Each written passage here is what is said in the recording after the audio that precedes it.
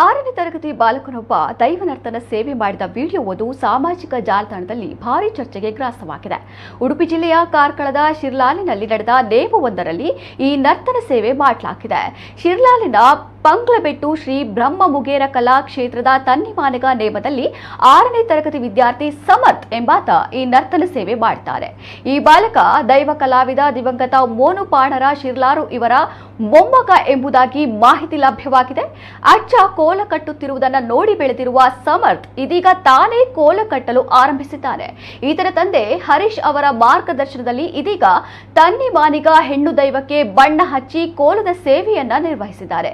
ಇದು ಹಲವರ ಪ್ರಶಂಸೆಗೆ ಪಾತ್ರವಾಗಿದೆಯಾದರೂ ಒಂದಷ್ಟು ಜನ ಇಷ್ಟು ಸಣ್ಣ ಪ್ರಾಯದಲ್ಲಿ ಈ ರೀತಿ ನರ್ತನ ಸೇವೆ ನಡೆಸುವುದು ತಪ್ಪು ಎಂದಿದ್ದಾರೆ. ಚರ್ಚೆಗಳು ಪರ ವಿರೋಧ ಇದೆಯಾದರೂ ಸಮರ್ಥ್ನ ನರ್ತನಕ್ಕೆ ಅಲ್ಲಿ ಸೇರಿದ ಭಕ್ತರು ಮಾತ್ರ ಫಿದಾ ಆಗಿದ್ದಾರೆ.